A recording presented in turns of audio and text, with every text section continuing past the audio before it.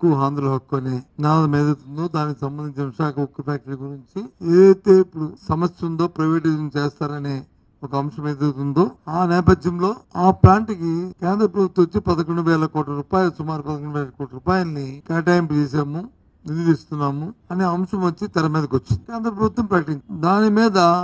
దానిపై పరిపరి అన్ని పార్టీల తాలూకా వారి అభిప్రాయాలు వరకు ఉన్నాయి. ఎవరి పార్టీ అభిప్రాయాలు వరకు. మా పార్టీ అభిప్రాయాన్ని మొన్న మా పార్టీ అధ్యక్షుడు, మా విశాఖ జిల్లా పార్టీ అధ్యక్షుడు మా అమర్నాథ్ ఆయన చెప్పగానే చెప్పారు, ఇదేదో వేణీళ్ళు చన్నీళ్ళగా ఉన్నదండి, కానీ దీని మీద మాకు చాలా అనుమానాలు ఉన్నాయి. ఈ ఫ్యాక్టరీని దివాలా తీస్తున్న ఈ సందర్భంలో నాకు కొందరు పెద్దలతోని మేధావులతోని మాట్లాడినప్పుడు వాళ్ళు చెప్పిన విషయం ఏంటంటే అది ఎన్సీఎల్టీకి వాటికి పోకుండా దీన్ని కాపాడుతూ తదుపరి దీన్ని ప్రైవేటైజేషన్ చేసే ఆలోచన ఉన్నట్టుగా ఉన్నది.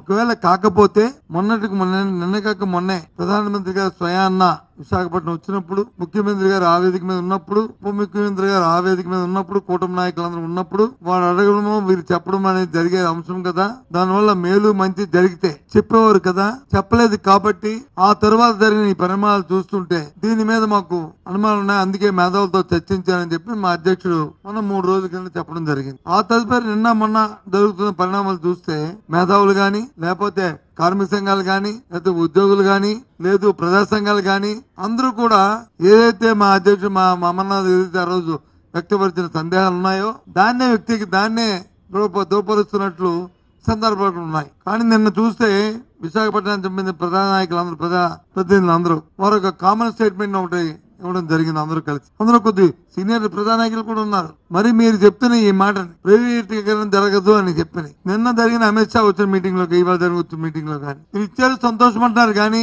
దీన్ని మీరు ఆపారనే మాటను ఎందుకు చెప్పట్లేదు? ఎందుకు ముఖ్యమంత్రి గారు కానీ, లేకపోతే హోంమంత్రి గాని, ఆ నాయకులు గాని వాడితో ఆ నోటితో ఎందుకు చెప్పించట్లేదు? ఇది సమస్య లేదు, దీని గురించి మీరు ఆలోచన పెట్టుకోక్కర్లేదు అనే అంశాన్ని ఎందుకు చెప్పలేదు? నిన్న ఈ ప్రకటన చేసినప్పుడు ఎవరైతే ఉక్కు శాఖ మంత్రి ఉన్నారో వారు మాట చెప్పారు, ఇది దీపం పథకంలో భాగంగా ఆ రోజే 21లోనే దీని నుంచి ప్రైవేటైజేషన్ చేద్దామని చెప్పి మేము నిర్ణయం తీసుకున్నాం. కానీ ఆనాడు రాష్ట్ర ప్రభుత్వం దీన్ని వ్యతిరేకించింది, ఇది చేయడానికి వీల్లేదని చెప్పి తీర్మానం చేసింది.